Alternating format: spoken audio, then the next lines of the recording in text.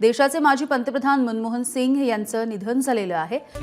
वयाच्या 92व्या वर्षी त्यांनी दिल्लीमधल्या एम्स रुग्णालयामध्ये अखेरचा श्वास घेतलाय। मनमोहन सिंग यांचं पार्थिव एम्समधून त्यांच्या दिल्लीमधल्या निवासस्थानी नेलं जाईल।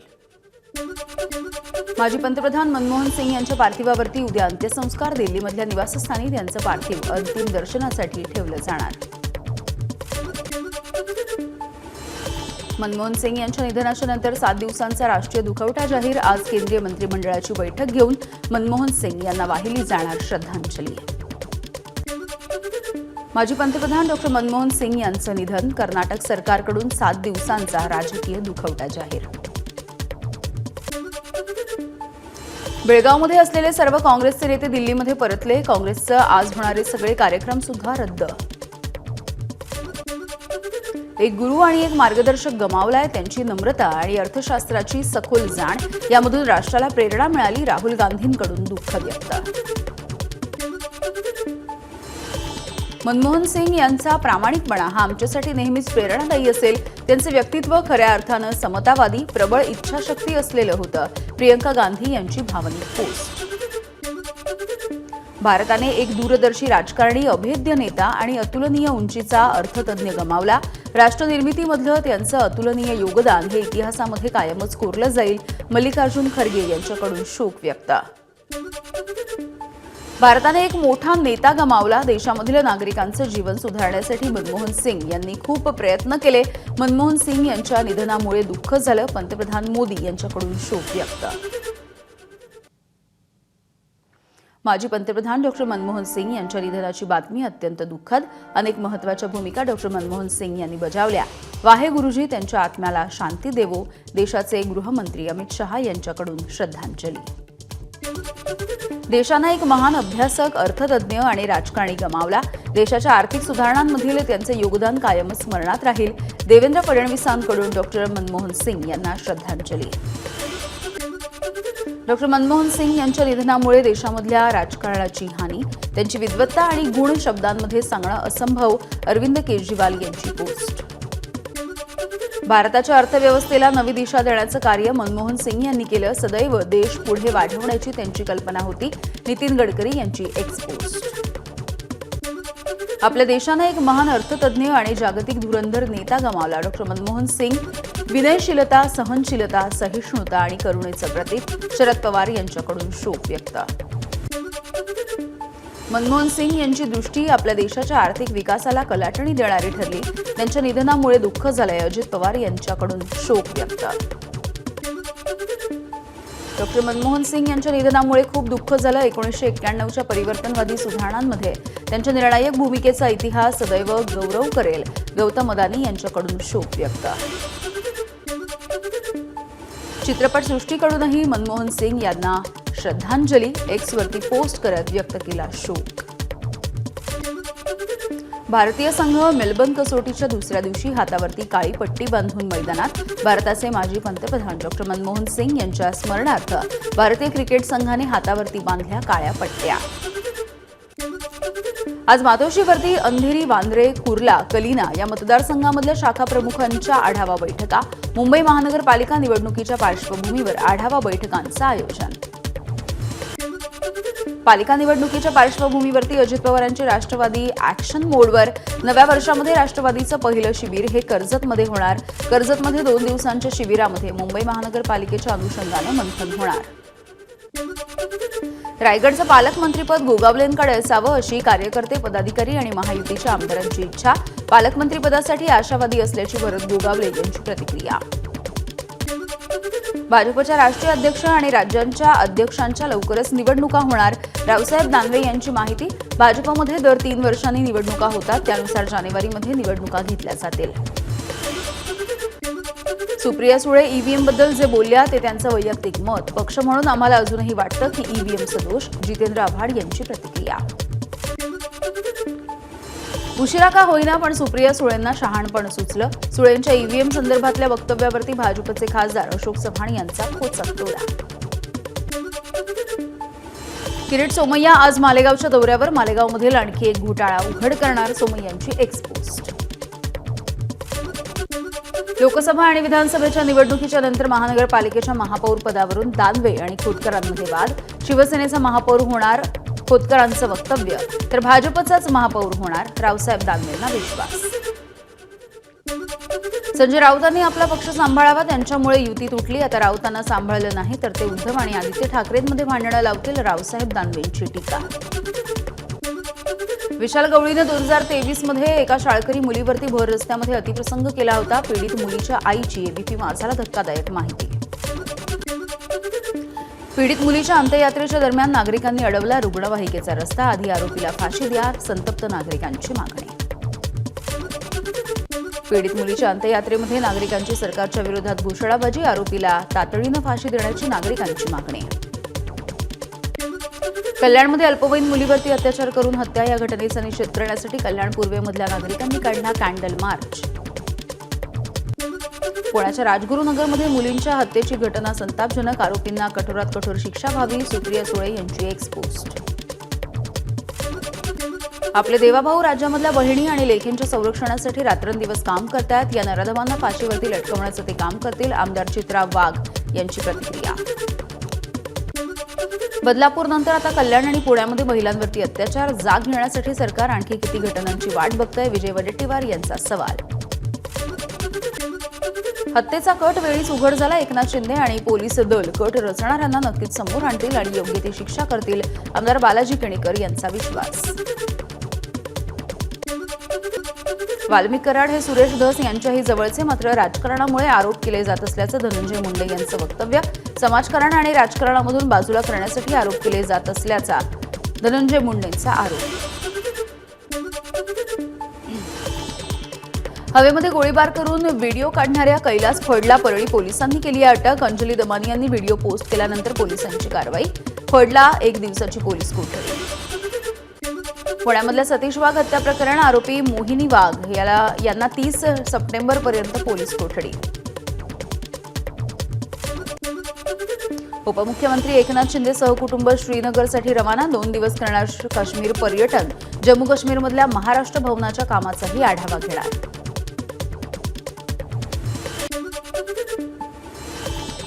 वर्ध्याचे जिल्हाधिकारी राहुल कर्डिले यांची नाशिक महानगरपालिका आयुक्तपदाची नियुक्ती रद्द. एनएमआरडीएच्या आयुक्त मनीषा खत्री यांची मनपा आयुक्तपदी नव्याने नियुक्ती. मनीषा खत्री नाशिकचे जिल्हाधिकारी जलज शर्मा यांच्या पत्नी. माझं पसंतीचं सिडकोचं घर महागृहनिर्माण योजनेच्या ऑनलाईन अर्ज नोंदणीला पुन्हा एकदा मुदतवाढ. 26,000 घरांच्या या महागृहनिर्माण योजनेसाठी 10 जानेवारीपर्यंत अर्ज करता येणार. मुंबईची हवा प्रदूषणाच्या विळख्यात. शहरभर विषारी धुरक्याचं साम्राज्य. दमा आणि श्वसन विकाराचे आजार असलेल्यांना प्रदूषणाचा प्रचंड त्रास. मुंबईमध्ये वाढलेलं प्रदूषण रोखण्यासाठी पालिकेकडून बांधकामं आणि रस्ते कामांची झाडाझडती घ्यायला सुरुवात. 868 प्रकल्पांची झाडाझडती. पालिकेची 28 प्रदूषणकारी बांधकामांना नोटीस. लाकूड कोळसा जाळून चालणाऱ्या बेकऱ्यांमुळे मुंबईमधल्या प्रदूषणामध्ये भर. या बेकऱ्या बंद करण्यासाठी एमएमपीसीबी आणि पालिकेच्या पर्यावरण विभागाच्या हालचाली सुरू. मुंबईमधल्या 276 बेकऱ्यांवरती पालिकेच्या पर्यावरण विभागानं धाडली नोटीस. राष्ट्रीय चिन्हांचा गैरवापर केल्यास 5 लाख रुपयांचा दंड. कायद्यामध्ये बदल करण्याचा प्रस्ताव तयार.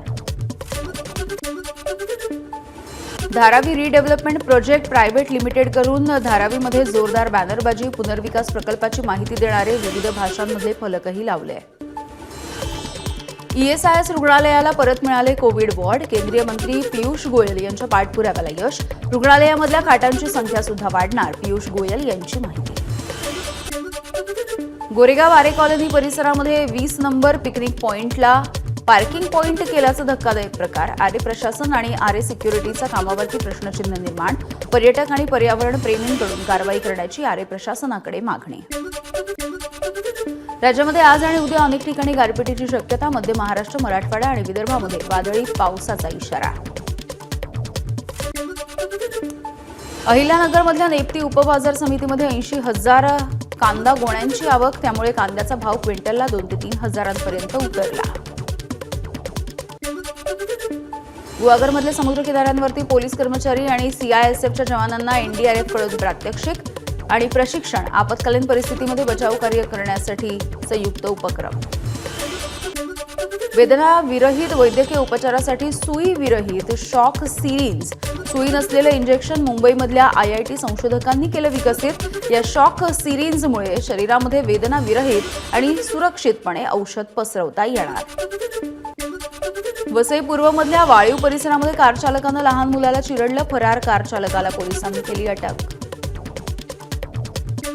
2022ला ठाण्यामध्ये संदीप अडसूळ या बांधकाम व्यावसायिकावरती आर्थिक देवाणघेवाणीच्या वादामधून गोळीबार. या प्रकरणी आतापर्यंत 5 आरोपींना अटक. लातूरमधल्या बाळूडोंगरे हत्याकांडामधला दुसरा आरोपी पोलीस ठाण्यामध्ये हजर. प्रमोद घुगेच्या पाठोपाठ लॅब असिस्टंट अनिकेत मुंडेला पोलीस कोठडी.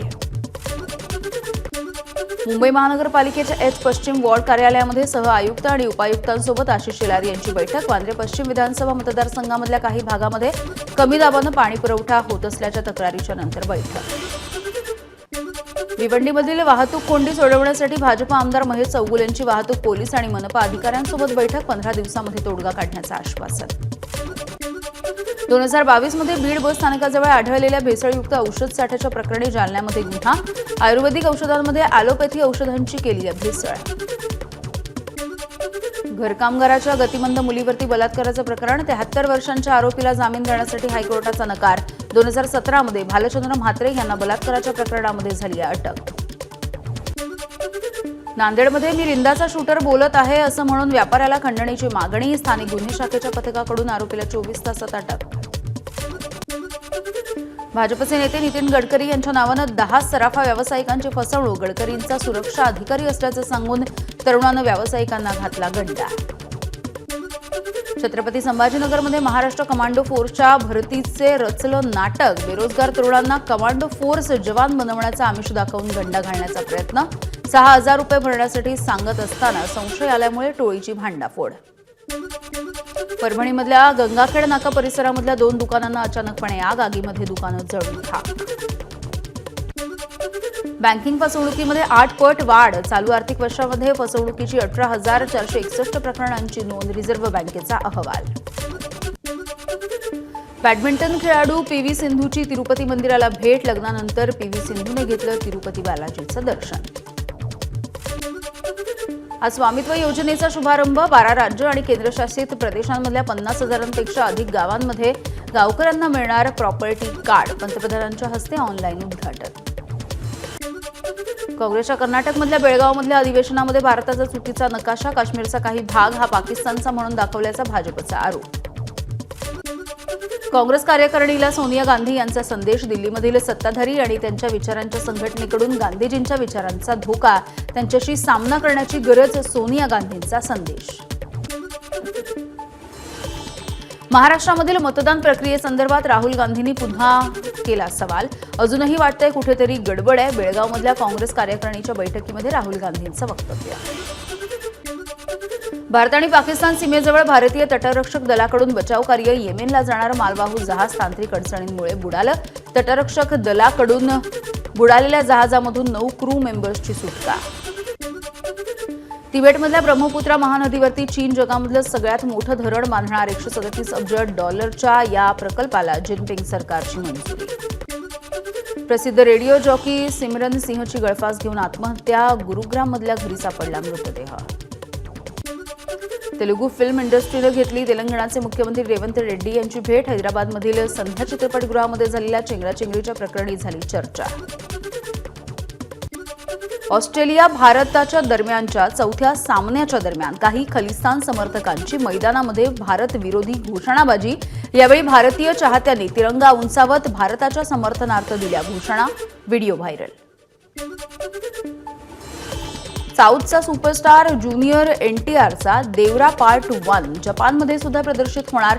निर्मात्यांनी सोशल मीडियावरून दिली माहिती. 28 मार्च 2025 रोजी चित्रपट जपानमध्ये प्रदर्शित होणार.